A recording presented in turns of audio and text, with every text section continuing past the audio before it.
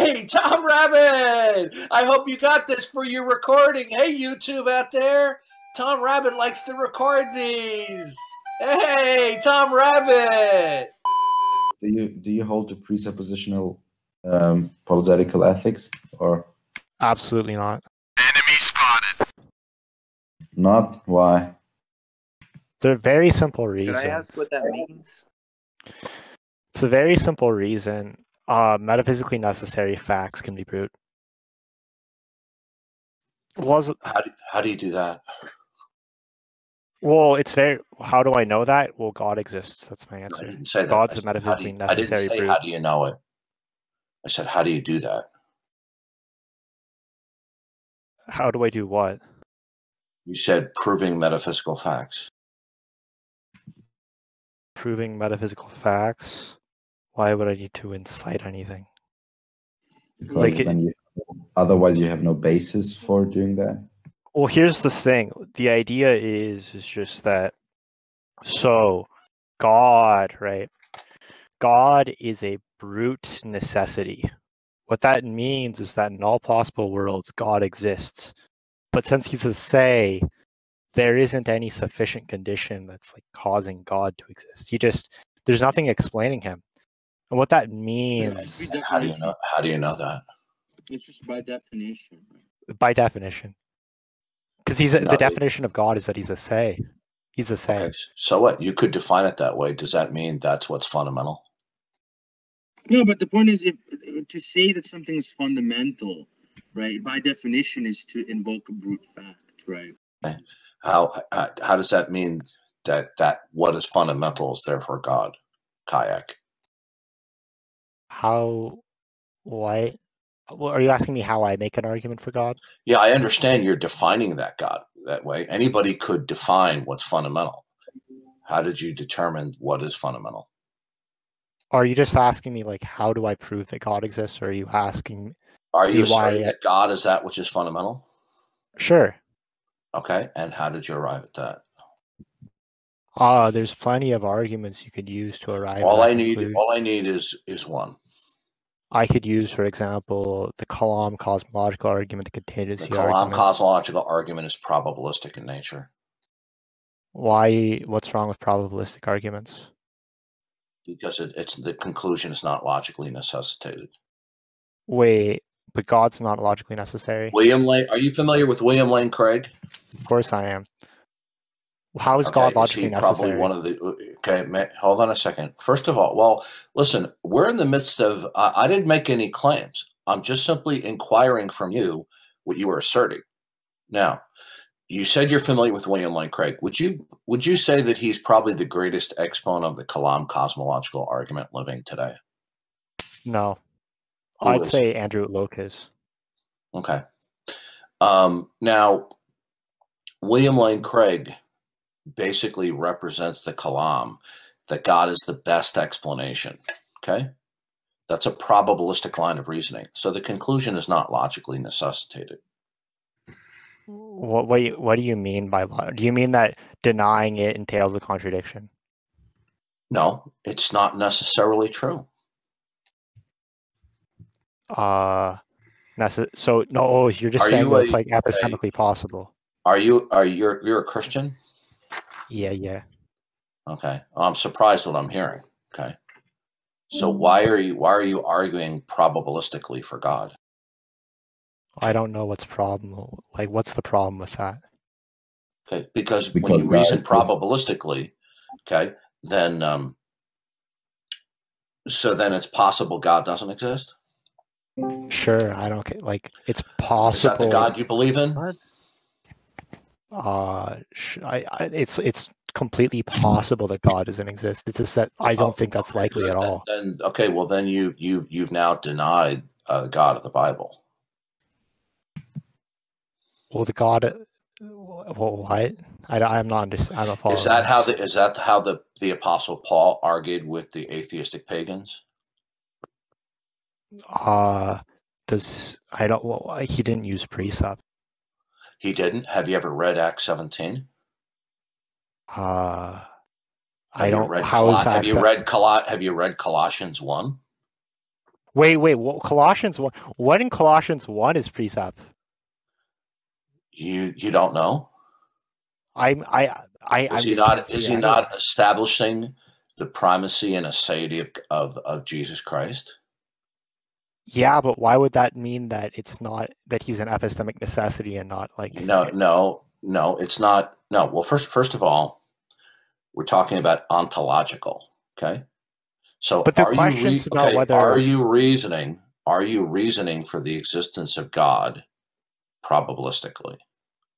Oh, sure. I don't see what the Okay. Well, problem with that then is. you're not representing the Christian faith. Then Wait, but this was an why did you even say ontological? Because this is literally an epistemic question. It's whether because existence has to do with ontology.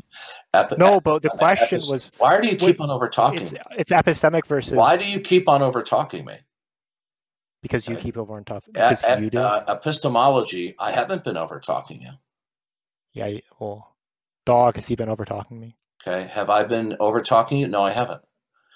Epistemology is how we know what we know. Okay, now what we're talking about is the ontology of God. How do you establish that? Okay, now if you reason probabilistically, then what you're saying is there's a probability that God does not exist, which you have already confirmed. Is that correct?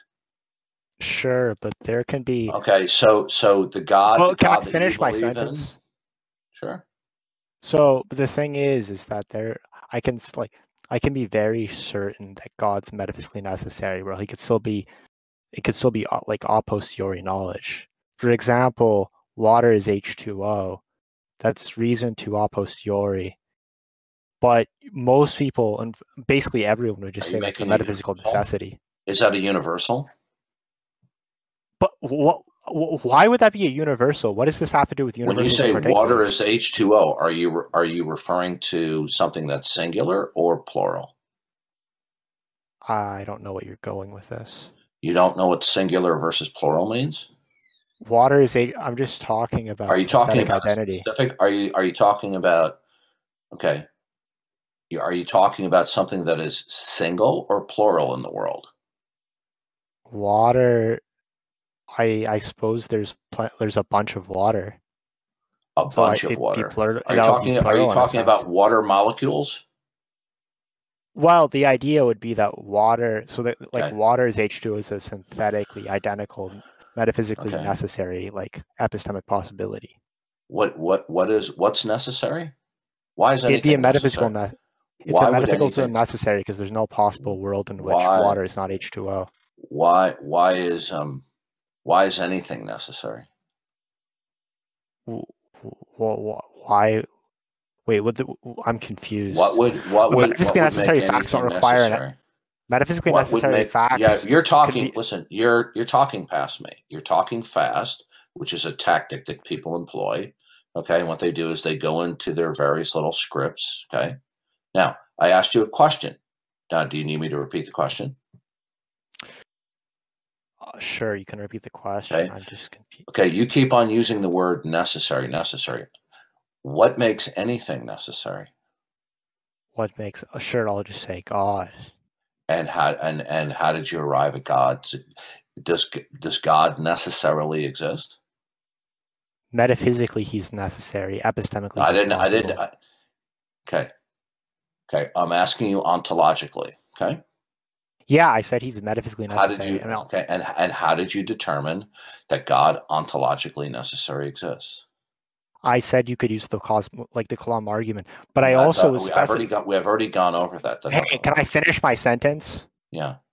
I gave the example for how you can have an epistemic possibility that's metaphysically necessary. Okay, I'm not talking about that. We're talking about God necessarily ontologically existing. Have you given us a case that God ontologically necessarily exists? Yeah. Well, I told you what the argument would be that I It was, give. but that's the Kalam. The Kalam is probabilistic. Well, I just don't think that like any denial of premise 1 or premise 2 is in any way coherent. How do you establish those universals? What do universals have to do with this? Can you like tell me? Okay, in the Kalam, give me premise 1 and 2 in your version of the Kalam. There's only one version of the Kalam, but it'd be anything that begins to exist has Actually, a cause. there are different representations of it, but go ahead. Anything that begins to exist has a cause. The universe began to exist, therefore the universe had a cause. Okay. So how do you establish either of those premises? So you'd establish premise one by arguing, for example, like based on induction, based on empiricism. All right. Okay. That's a fail right there. I already told you how you can have. I already said use induction. You cannot use induction to instantiate an ontological universal. What is an instantiation of an ontological universal? Everything that begins to exist has a cause. Is that a universal stipulation? Why would everything begins to exist have a cause be universal? That doesn't even make sense. I asked you a question. That's like a category error. That's like saying I have a nasty habit in conversations. I focus. Okay, I don't get distracted when people try to scurry down semi-related rabbit trails. Now, what we're talking about is the first premise of the Kalam. Everything that begins to exist as a cause. Is that an ontological universal? I don't. That sounds like a category error to me. Calling it a universal. Everything that begins to exist, is it characterizing, is it specifying what the nature is of everything that begins? Sure. Okay, that's a universal then. Now, what? Yes. Well, if I say to you, all dogs have tails, that's a stipulation of a universal. If I say all swans are white, that's a universal. Wait, do you think propositions are universal? Okay. Propositions are universal? No, do you think like a No, do you think like a proposition could be a universal? There can be propositions that have a truth statement of a universal, but you see what you're doing again. But everything that begins to exist, that's a proposition. Kayak, I wasn't born yesterday. Okay. I've been doing this for 10 years, and I know when people are trying to scurry away from the questions that they're uncomfortable in asking. Now, is the statement everything that begins to exist as a cause, is that a universal? Or is it a referencing a particular? No, it'd be referencing a universal, but it wouldn't be a universal per se. Of course it's universal because it's quantifying everything that begins.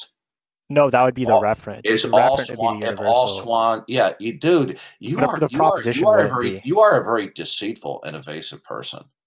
That's what I think about you, actually. Okay, well, I'm not really concerned what you think about. You haven't answered my argument. Now, Kayak, is the statement "all swans are white"? Is that a universal?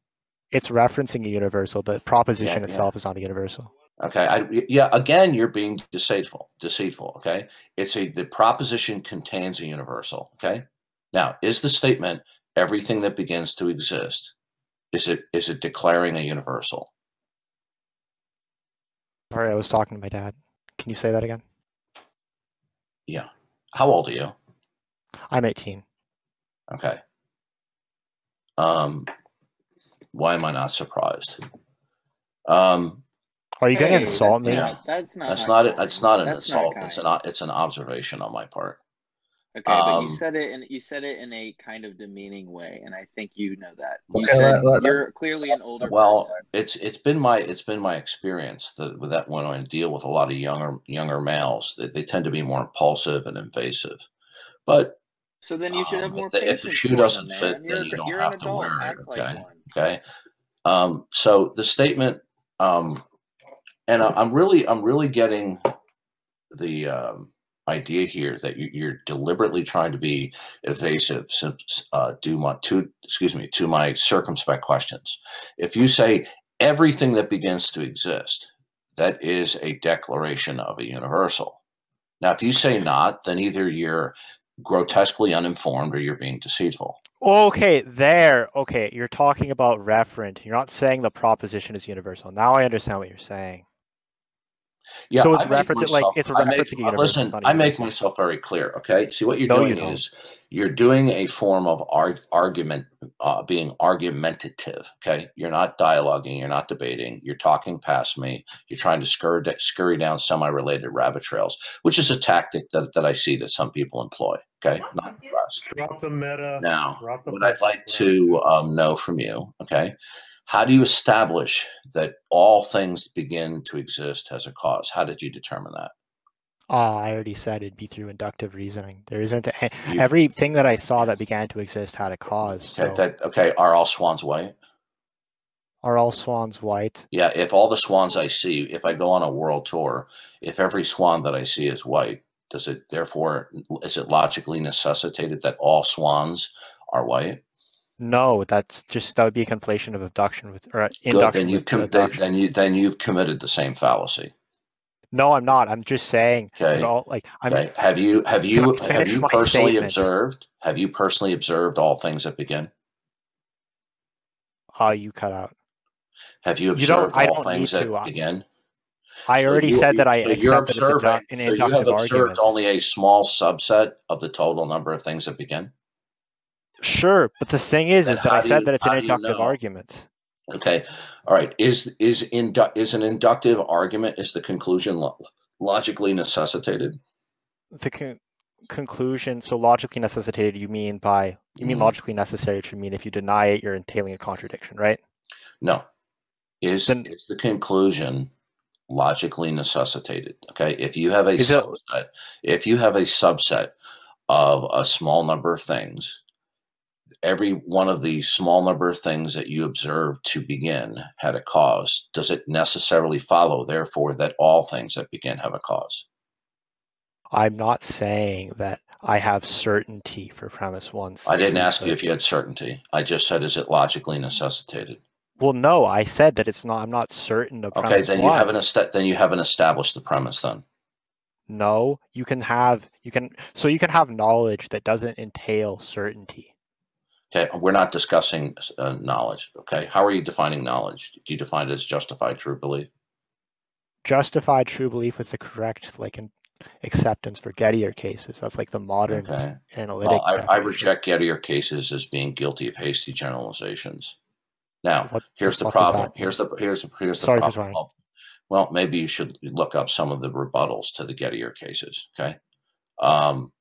Now, so the point is, you're saying you have observed some things begin to exist.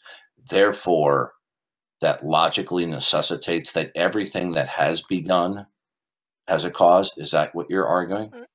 No, I never said that I was. I said that it's an inductive How do you establish argument. The first premise then? Through induction. English. How many times have I told you this? That induction doesn't logically necessitate the conclusion. I never said that it does. Okay, then how do you get that the first premise is necessarily true then? I didn't say that it's necessarily true epistemically. Okay. So then you're using the kalam to establish the existence of God. How is anything necessary without God? Without God? Necessary in what sense? Isn't that ontologically existing? What? Wait, ontologically existing. Why is anything? Listen. If you think you're going to try to bamboozle me with the way you did before, please don't overtalk me. Look, you've already tried it in the last 15 minutes. I'm sure you're well practiced in doing this with other people, but it's not working. What I want to know is, how do you as a Christian establish necessarily, ontologically, that God exists? And you told me you're doing so probabilistically. Is that correct? Yeah. Okay, well, that's not the biblical way. Okay, you can't reason probabilistically, because in order to reason probabilistically, you have to have access to background information. Do you agree? Sure. Okay, what is the background information? What is the background information? Yeah. Do you know what the background information is for probabilities?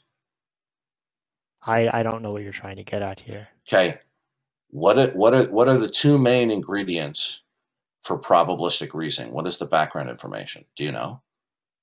I don't know what you're trying to get at here. William Lane Craig probably. Do you like William Lane Craig? Not that much. Okay, well, he's considered one of the foremost apologists in the world. William Lane Craig stated that you can't make probabilistic assessments without having access to the background information. Okay, do you agree or disagree with that? Oh, okay. Now I know what you're saying. Yeah, of course I'd agree with that. Okay, so what is it when you reason probabilistically? What is it that is static along with dynamic? What is static? What is it that is fundamentally absolute and unchanging along with what is changing in order to make any probabilistic or inductive line of reasoning? What is it that's static? What is it that's static? Well, there's many different types. You can have nomological necessities. No, listen to me. One more time. I'm not trying to insult you, but I wasn't born yesterday. Well, can I answer the question? Okay. Giving me that kind of nomenclature is not addressing the question. I want to know what it is ontologically that is static, absolute, and unchanging as a part of the set of what is static and dynamic in order for you to make any probabilistic assessment. What is it? Yeah, those would be nomologically necessary. No, listen to me. Stop. I've already corrected you, and stop giving what correction. Listen to me carefully. Please do not overtalk me. Okay. Now, I want to know ontologically in your model of reality, what is it that is fundamentally absolute that would make anything regular? Anything. So God is the fundamental absolute because he's simple. No, but you have what things makes things regular. The problem with that is God is your conclusion. You see, unfortunately, you've made another blunder here. Okay, that is God is your conclusion. Okay, you are trying to use probabilistic reasoning in order to conclude in God. Now, what I want to know is so that you can establish any probabilistic evaluation, you're going to need to have access to background information. Okay, that's what we're focusing on here. Yeah, I could have nomologically necessary. In that bag. Okay, that's the third time you've repeated that same thing. Do you know what that means? Are you not? Look, that is irrelevant. Okay, what you're doing is you're nomenclature dropping in order to be diversionary. Now, no, but it answers I want to know in premise one. Okay, when you make any before you make any probabilistic assessment, you're going to need to know what is static and dynamic. Do you agree? Yeah, and those could just be nomologically necessary. What is it that ontologically is static and absolute? Those could be nomological necessities. No, I'm not asking you what they could be. I'm asking you what they necessarily are or is. Okay. So they could be, for example, laws of physics. They could be. There's all sorts of things they could be. No, are the laws of physics eternal? Yeah. They are? I don't know what you mean by eternal. Do you mean that they exist in all frames of time? As a Christian? In all time periods, the laws of physics apply? Are the laws of physics entirely ontologically absolute? No, because they'd be metaphysically contingent. Okay, well then that doesn't answer my question then. Now, what I would like to know is, in order for you to unchanging. Do you realize how many times you've overtalked me? Now, I perfectly understand. You overtalk me. You're overtalking me again. I start talking. You're overtalking me again. You are one obnoxious and rude 18-year-old. Okay, I perfectly understand that there's going to be overtalking from time to time. It happens, but you're using it as a tactic, and you're using it as a form of talking past me. You're not talking with me. You're just trying to drop certain nomenclature phrases without answering the question. You're not being transparent, and I don't appreciate it. Well, whenever I try to explain what they mean, you interrupt me.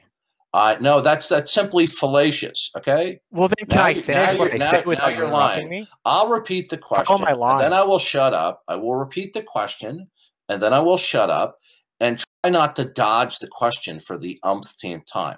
I want to know, in order for you to make any probabilistic assessment at all, you have to have access to background information, which you have agreed. The background information will contain what is static and dynamic. Okay, as to what is static, that's going to require what it is that is ultimately absolute and static, providing for any other regularity. what would that fundamentally be? Okay, so the background information you try to use for the kalam would just be, I suppose.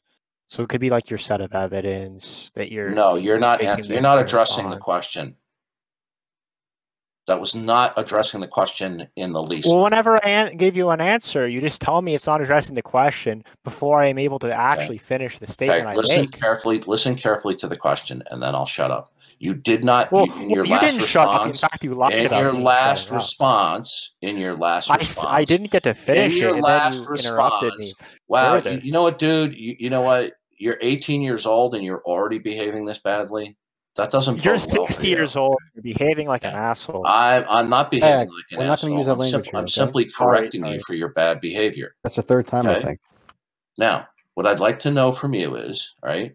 You keep on dodging and scurrying down rabbit trails and nomenclature dropping. Okay. What I want to know from you is, what is it that is fundamentally and ultimately absolute as a part of what is static along with what is dynamic in order for you to make any probabilistic evaluations whatsoever? What would that be? I already answered the question. I'm not going to answer it anymore. You didn't know. The reason why I asked the question again, because listen to me. You're being disingenuous and deceitful again. I want you to give an answer that everyone in the room knows what you're talking about, rather than, okay, and he runs away because he can't get away with balderdashing and nomenclature dropping. He was just exposed for a fraud. What he wants to do is he wants to throw out these intellectual, esoteric sounding statements. But he finally caved because he couldn't answer the question. Let's not call people frauds. That's not kind. No, he is being fraudulent because he's hiding behind nomenclature dropping. No, he's rabbit trailing. He's fraudulent, but you said. Darth, let me help you out. Darth, let me help out just for a second, just for a split second. Okay, person, what determines what is nomologically necessary? I don't think he's here anymore. Oh, he left. Oh, okay. What does that even mean? What? Yeah, that's the point. People drop philosophical nomenclature categories and labels that many times they've redefined into their own senses. You'll notice that I don't do that. Okay, if somebody doesn't understand what I say, I just immediately if they say I don't know what that means, and then I just break it down. He could not answer the question. He was caught in what is called a bind. Okay, my questions were very specific and clear, okay, and they trapped him in his own position. Yeah, Darth just asked him, he asked him simply, what is it that determines the parameters for probability? What is it that is fundamentally absolute that will then in turn impose any regularity along with what would be what we call discontinuity? Continuity and discontinuity. What does that even mean? By the way, did you get that, Tom Rabbit?